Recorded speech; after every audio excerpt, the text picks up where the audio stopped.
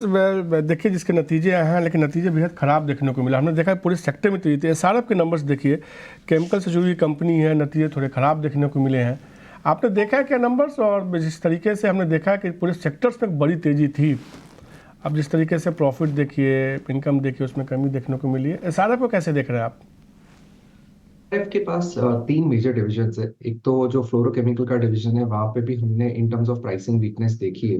Plus उनका जो packaging का डिवीजन है, यहाँ पे तो काफी हद तक ज्यादा वीकनेस है, और ये उनके दूसरे पीयर्स में भी हमने देखा था। तो यहाँ पे कोई मतलब सरप्राइज एलिमेंट नहीं है। और उनका जो बेसिक केमिकल्स है, वहां पे भी हमने देखा है वीकनेस है। सी प्रॉब्लम ये है कि पिछले 2-3 क्वार्टर से हमने देखा था कि चाइना में जिस तरह का प्रोडक्शन बढ़ा था पोस्ट कोविड ओपनिंग, तो उन्होंने वर्ल्ड ओवर काफी केमिकल डंपिंग की थी, जिससे प्राइसिंग में काफी इम्पैक्ट आई थी। और इंडिया के ट्रेडर्स जो है वो हमेशा प्राइस आर्बिट्राज पे खेलते, तो हमने देखा था कि डोमेस्टिक कंपनीज को काफी कॉम्पिटिटिव एनवायरनमेंट फेस करना पड़ा था, जिसकी वजह से वॉल्यूम्स भी कम हुए थे।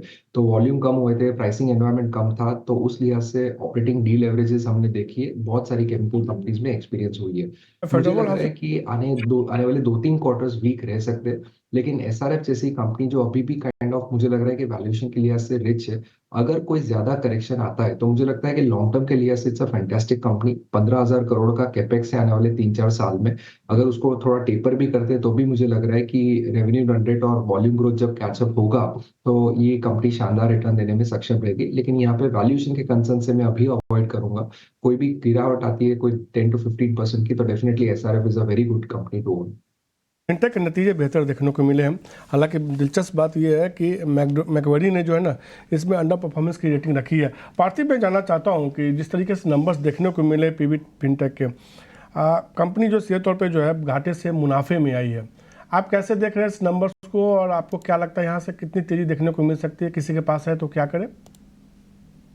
एक साइकोलॉजिकल मार्क उन्होंने क्लियर किया है by showing operational profit. Because अगर मैं देखने जाऊँ तो लास्ट क्वार्टर उनका जो एबिटा था वो करीबन -5% था, और इस क्वार्टर में इन्होंने +4% किया है। नो डाउट एक ईसॉप का एडजस्टमेंट है, उसमें कोई दो राय नहीं है।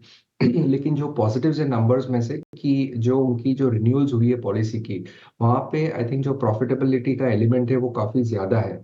और यूनिट मेट्रिक्स डेफिनेटली इंप्रूव हुए, except for the take rate. हम जानते हैं कि इंडस्ट्री वाइड थोड़ा टेक रेट में प्रेशर है, लेकिन हमें लग रहा है कि आई थिंक डेफिनेटली यहाँ पे एक बिजनेस मोमेंटम इंप्रूव हो रहा है। और जो प्रमोटर्स, जो इन तरह की न्यू जनरेशन बिजनेस के प्रमोटर्स की जो माइंडसेट चेंज हो रही है कि let's focus on more on profitability, operational income, rather than only focusing on spending money for customer acquisition cost. तो उस लिहाज से मुझे लग रहा है कि यहाँ पे बिजनेस स्टेबिलिटी बढ़ रही, जिससे आई थिंक आज ये नंबर्स पे मुझे लग रहा है कि मार्केट काफी थम्स अप देगा। हमें लग रहा है कि यहाँ से आई थिंक अपसाइड है पीबी फिनटेक में, एक इंटरेस्टिंग बेट है। आगे जाते मैनेजमेंट कॉन कॉल में कैसी कमेंट्री बताता है, और मोर इम्पोर्टेंटली कितना सस्टेनेबल है इस तरह का operational environment, I think that will be की फैक्टर।